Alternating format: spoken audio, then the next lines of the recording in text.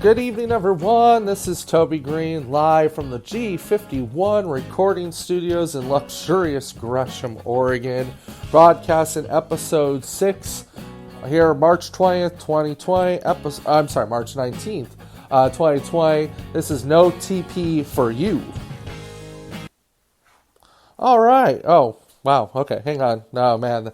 Well, that's the thing with live recordings, is that you're gonna make mistakes. Anyways, hey, welcome to the show, the episode, the thing, what have you. So, this podcast is called 14 Days in March, and what are we doing in this podcast is very simple. It is chronicling the never-ending pandemic that started, the coronavirus that started back in January and has just been this slow snowball of a thing that has turned into an absolute avalanche of awfulness. It has hit the governments. It has hit everyone. It is bad news. And, it's bad. And the virus is one thing. That's very, it seems very terrible if you get the coronavirus. It's bad news. That's one thing. The other thing, however, is that if you do get the coronavirus or you're around it or what have you, it's that piece, but you also have to worry about the fact that we are in the middle of an absolute economic collapse on par, and in fact, I'll say even worse than what happened in 2008. We have major problems in the world. So that's a delightful backdrop to do a podcast. So let's read a little poem. What do you say? You don't know what panic is like. I social distanced with a friend the other day. All we could do is look and wave. So we text each other from 6 feet away. Read the fine black line on anything these crooks in Congress say. They will marginalize everyone who's poorer than them in every way. But you don't know what a panic is like. Everyone is shopping, and it's insane. But the real panic is coming. It's going to hurt everyone and everything.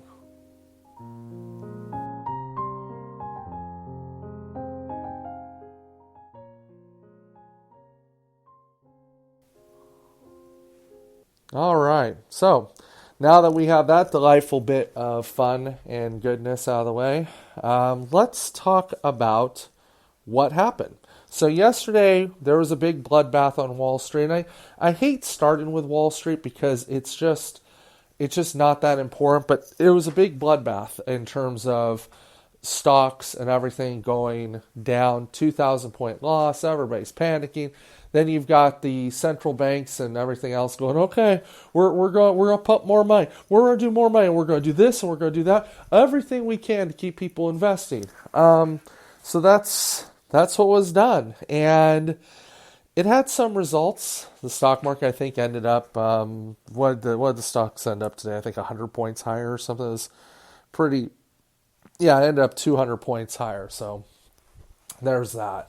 At the end of the day, it's choppy waters, and we can expect that the stocks will go be wherever it's going to be tomorrow.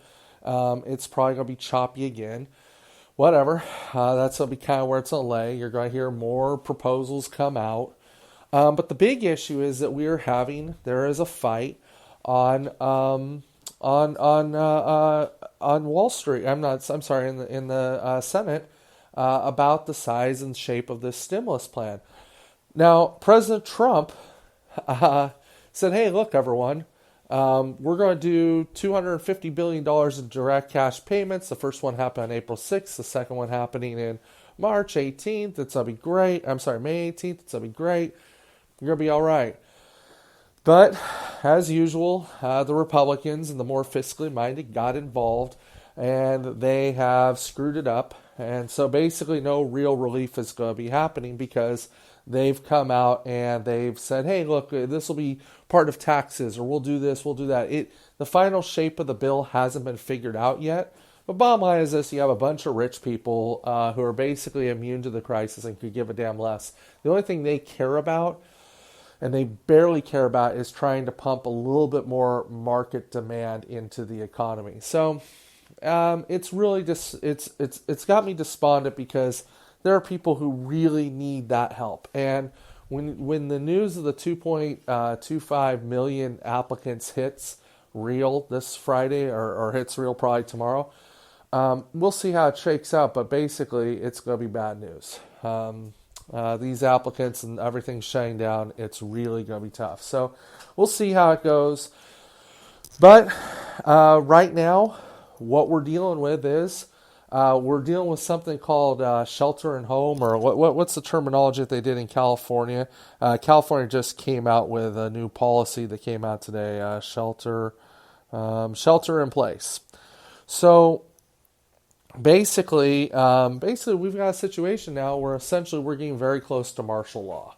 We are tiptoeing along the lines of that.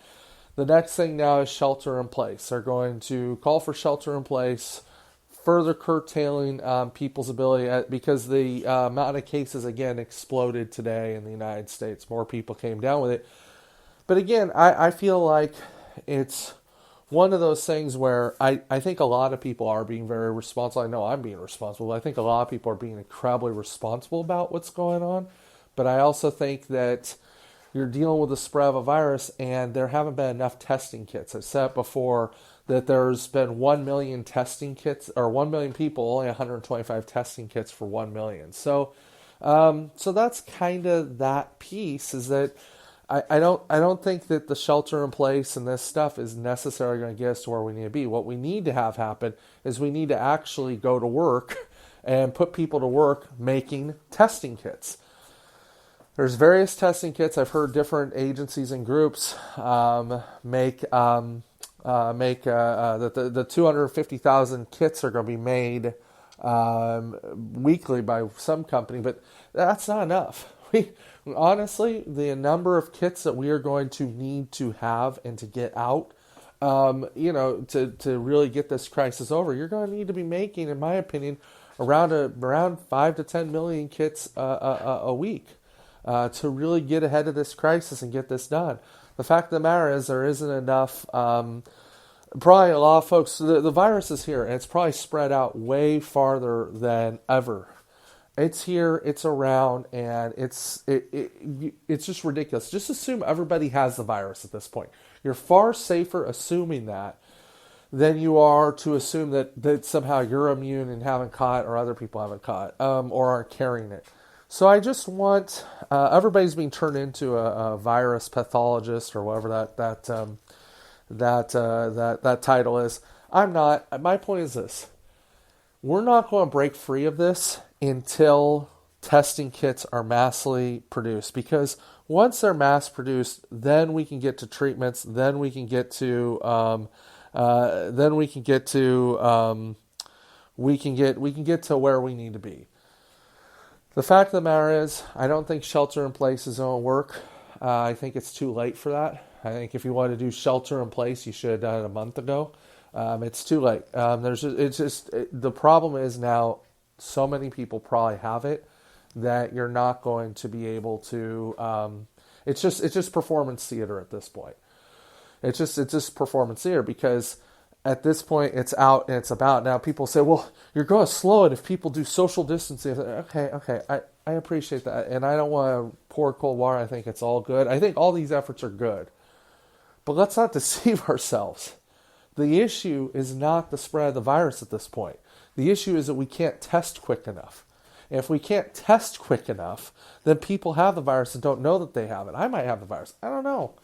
So that's the issue that we are dealing with. And so, yes, we can try to isolate and do whatever. But the fact of the matter is, you can't isolate 300 million people. I'm sorry. You can't. People are still going to go out. It's the most ridiculous thing. And let me explain this. The biggest place that we need to go to is the store. Okay? That's the number one place that people have to go to. And rightfully so. And by the way, those people should be considered emergency workers right now. So those people are working their butts off, try and keep shelves stocked, try and do what they can because of this pandemic and this crisis. Okay? So they have hordes of people coming in, many of them, congratulations, many of them, I'll tell you this right now, many of them have the virus already. And so scores of people are going in there to buy stuff. And that, by the way, not just that, the virus, you got to remember that all the products that are in each one of those stores came from a shipping center, got put on a truck, got loaded in there, so that those products have already touched so many hands before they even enter into the store. Anyways, I'm on fire about this because not to say the futility of it, not to say that we shouldn't do these things or do it, but to say, look, folks, the issue is the incompetence right now. We need to get these tests out. We need to get them mass produced. If they can't make cars right now in Detroit, Michigan, or anywhere else, then stop making the cars. Convert these plants, convert any plants that we have in the United States, convert them into test-making facilities. And heck, China right now, they have reported 0 cases today, 0 new cases. They figured it out. Now, yes, it can rebound. Yes, it can do whatever. But they figured that out. China right now, the economy's hurting. They can go full bore into, they have the size and the skill to go full bore into producing kits for the world. They could do it like that. They could retool and go. Either this is, and I guess that's my frustration about this whole thing. Either this is serious or it's not serious. And don't say, well, it's serious because we have government. No, that's fear. That's not seriousness. We have to separate fear and panic from being serious. Being serious is gain everybody the ability to test it themselves. Once they have it, once people have it, taking the correct steps to be able to treat that. And then you know it's good. And then when you recovered, first of all, you've got immunity or a greater immunity. You were able to deal with it. So you know that you might have to miss some days if you get sick with it again, but you're going to be in a lot better place. My point is this, folks, and this isn't a great point. Shelter in place is a dangerous concept. I don't think it's going to be an effective concept, and it's doing nothing. We aren't having leaders who are approaching this with a very cold, calculating eye and making sure people are taken care of. We got the people up in the Senate at the federal government level who are just playing games at this point. You have people being put on a mass unemployment list, and at the same time, you have our leaders saying, "Okay, lockdown to stop the spread," even though it's the most ridiculous thing because people are going to the stores basically on a daily basis to get the things they need. It's too late for that. But we're going to try. We're going to try. And guess what? What happens? What happens if you violate that? Are you going to get arrested? Are you going to be put in a jail cell with other people who didn't do it? Are you going to be citationed and catch and release? What is the plan for that? We've got 2.8 million people now incarcerated. So, anyways, those are some big issues. Now, I said some nice things about Donald Trump earlier. The fact that he was cutting people checks and felt that he was getting ham-fisted by the Republicans. Okay. Now I got to go into this. Donald Trump is a bigot. Straight up bigot. When he is calling this the Chinese virus, that is a form of bigotry that is happening. This is not the Chinese virus. Okay? China has 2 billion people. Okay? 2 billion people. They are about a fourth of the globe. So, of course, any virus that starts is going to start in our largest concentration of people. Duh. And I am just sick of seeing this president get up and say those things about people. It's wrong. It needs to be objected to fiercely in no uncertain terms. And that's just kind of that piece. I don't really have anything more to say on it because there's nothing more to say. I am frustrated at the fact that we have this white nationalist in the White House putting this stuff forward. It's unhelpful. It's unnecessary. And that's just